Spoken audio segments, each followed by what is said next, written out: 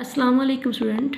आज का जो हमारा टॉपिक है वो है प्रॉब्लम ऑफ स्टेटमेंट। मैं आज आपको बताऊंगी कि प्रॉब्लम ऑफ स्टेटमेंट जो है वो क्या चीज़ है और इसको आप कैसे लिख सकते हैं, इसको लिखने का जो तरीका क्या है और विद एग्जांपल के साथ। चलिए वीडियो को शुरू करते हैं। चलिए प्रॉब्लम ऑफ स्टेटमेंट जो है वो क्या चीज़ है। A problem statement is a concise description of an issue to be addressed. ये एक मुख्तसर वजाहत होती है किसी भी इशू पर जिसको हम बयान करना चाहते हैं, और a condition to be improved upon, या कोई भी ऐसी कंडीशन जिसको हम बेहतर करना चाहते हैं उसके ऊपर एक मुख्तसर सी वजाहत होती है। हम इसको कैसे राइट कर सकते हैं? इसको राइट करने के लिए हम वीएन, इशू स्टेटमेंट और मेथड जो है, इन तीन चीज़ों की हेल्प के ज़रिए हम how to write problem statement हम इसको लिखते हैं। जो टाइटल मैंने सेलेक्ट किया है वो है the decline of Pakistan hockey, यानी कि पाकिस्तान में जो हॉकी को डिक्लाइन हुआ उसके बारे में मैंने लिखनी है प्रॉब्लम स्टेटमेंट। सबसे पहले मैं लिखूंगी वीएन। वीएन को लिखने के लिए मैंने क्या करना है, we want Pakistan to regain its old place in hockey and win medals. Pakistan पहले हॉकी में बहुत ज़्यादा जो था, उस एक पाकिस्तान हॉकी का लाइन था पहले, यानी कि आज जब वर्ल्ड कप जर्मनी और अर्जेंटीना के बगैर इमेजिन करना भी बहुत मुश्किल है, इसी तरह पहले पाकिस्तान के बगैर हॉकी का कोई भी इवेंट जो है वो सोचना भी बहुत नामुमकिन था। यानी पाकिस्तान हर इवेंट में क्वालिफाई करता था और जीतता था। पाकिस्तान ने कोई भी ऐसा रिवार्ड नहीं है जो अपने नाम नहीं किया हॉकी में, चाहे वो ओलंपिक हो का गोल्ड मेडल हो, या चाहे वो वर्ल्ड कप हो, चाहे वो चैम्पियन ट्रॉफीज़ हो। तो दिस इज़ द वीएन कि हम लोग कहाँ जाना चाहते हैं, पाकिस्तान को हम दोबारा देखना चाहते हैं वही ग्लोरी कंडीशन पे, उसी ओल्ड प्लेस पर जो पहले था, चले जैसे पहले मेडल जीता था। दिस इज़ आवर वीएन कि हम कहाँ जाना चाहते हैं। अगर हम इस मसले को हल कर लेंगे तो हम कहाँ पहुँचेंगे, ये हमारा वीएन है। तो उसके बाद हम इशू स्टेटमेंट पर बात करते हैं कि हमारा इशू स्टेटमेंट क्या है।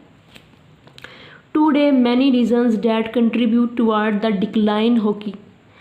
कई चीज़ें हैं जिनकी वजह से हमें हॉकी में डिक्लाइन हुए हैं, such as taking success as granted.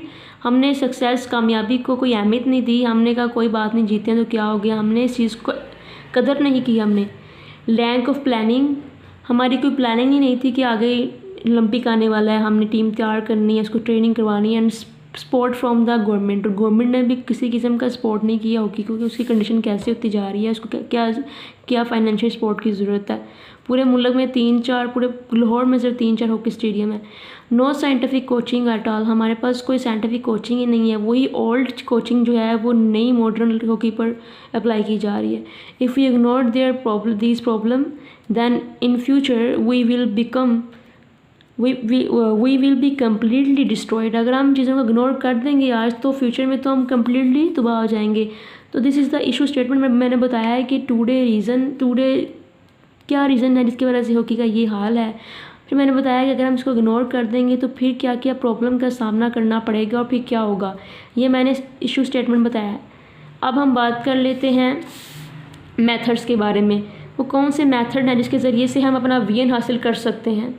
याद रखिएगा प्रॉब्लम स्टेटमेंट में चीज़ बहुत अहम होती है कि हमारा वीएन जो है वहाँ तक जाने के लिए हम कौन सी मेथड यूज़ करें कि हमारा जो प्रॉब्लम स्टेटमेंट है, यानी कि ये जो प्रॉब्लम कैसे हम सोल्व कर सकते हैं। We need to introduce scientific basis training है, गिव फाइनेंशियल सपोर्ट, हमें प्लेयर को चाहिए कि फाइनेंस सपोर्ट दें, हमें चाहिए कोचेज़ को फाइनेंशियल सपोर्ट दें, हमें चाहिए कि हम जॉब्स दें, ये तमाम चीज़ें ज़रूरी हैं। Introduce field hockey at school, colleges and universities, हमें चाहिए कि हम छोटे बच्चों को स्कूल्स में और कॉलेजेस में यूनिवर्सिटीज़ के लेवल में हॉकी मुतारिफ करें ताकि टैलेंट जो है वो ग्रास रूट लेवल से ऊपर की तरफ आए।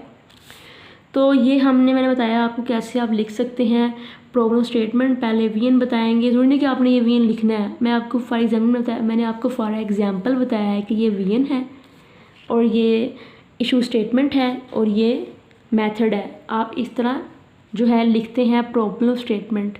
लेकिन आपने जब लिखनी है प्रॉब्लम ऑफ स्टेटमेंट तो आपने इस चीज़ को लिखना ज़रूरी नहीं है, ये मैंने आपको लिखा समझाने के लिए।